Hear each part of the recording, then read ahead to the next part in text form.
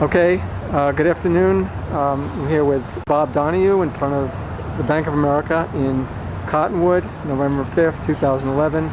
This is a man on the street interview, and we're here protesting the unfair practices of Bank of America and the other banks against the people of the United States, especially concerning the latest spate of foreclosures. So hold up the sign, Bob. It says, "Stop the banks." Yesterday they took my friend's house. Tomorrow they will take our house unless we speak out. Okay, tell me, Bob, please, what should we be doing about this crisis? Gary, that's why I'm speaking out, is because I'm worried about the 60% of Arizona homeowners that are underwater on their houses. That means that 6 out of 10 people, if they lost their job or anything, their house would be foreclosed because they couldn't sell it because they owe more on it than it's worth. What I think we have to do is get a lot of these excess houses off the market. We have to kind of take over for the banks and be able to buy these houses up, rent them back to people that need them, and somehow arrange to get them back in the hands of the people that they were taken away from.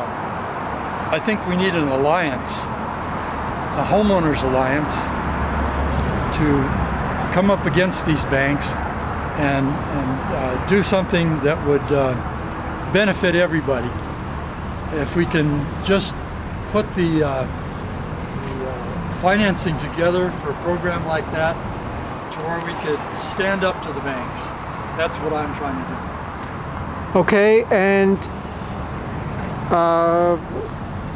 why do you think more people aren't so concerned about it?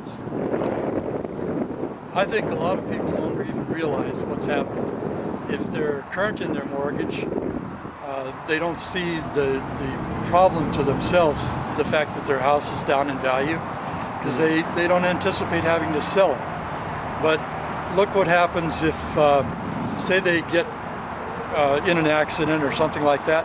They're no longer able to make their payments through no fault of their own, and then suddenly they get caught up in this foreclosure thing. Mm-hmm. If the 60% of homes that are not worth how much they're owed on them were ever foreclosed, it would just destroy all of what we've been working on to build Arizona up for all these years. Mm-hmm. It really is a looming problem for everybody, and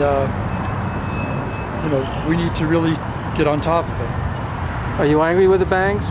Are you upset with the government? I'm angry with the banks because I can see that they're not doing what they could to alleviate this problem. Like when people are going to them and asking for rewriting their loans,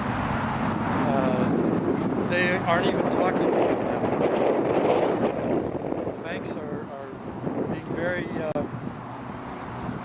short-sighted in the way that they're dealing with customers. I actually have an experience with that myself, where I attempted to refinance my business, and I've been making loan payments to my bank for the past 8 years, and now the interest rates are substantially lower than they were when I originally took out my mortgage. So I applied to my bank for a refinance, thinking I would be able to take advantage of the lower rates, and was actually turned down. I've never been late on a payment, and I can only attribute this to the fact that they want to make the higher rates on my mortgage that they're making now, rather than give me a fair deal and rewrite the mortgage. So if I was to be in trouble, I know I couldn't count on my banks, and none of us can. But it really got me thinking that I need to fight this. Okay, so you're seeking justice. Pardon? You're seeking justice. Do I think what? You're seeking justice. I'm seeking justice, you bet. Okay, good. Let me stop this.